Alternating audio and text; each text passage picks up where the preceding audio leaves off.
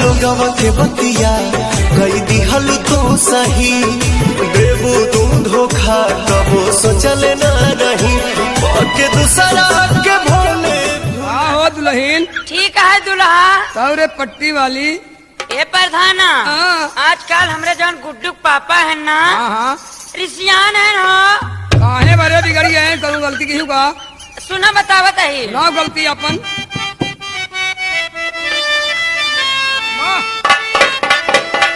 अरे से दिया सुतई बदे ए सैयारी सियाई गईले ए से दिया सुतई बदे अरे सैयारी सियाई गईले हमसे कोहाई गईले ना से दिया सुतई बदे।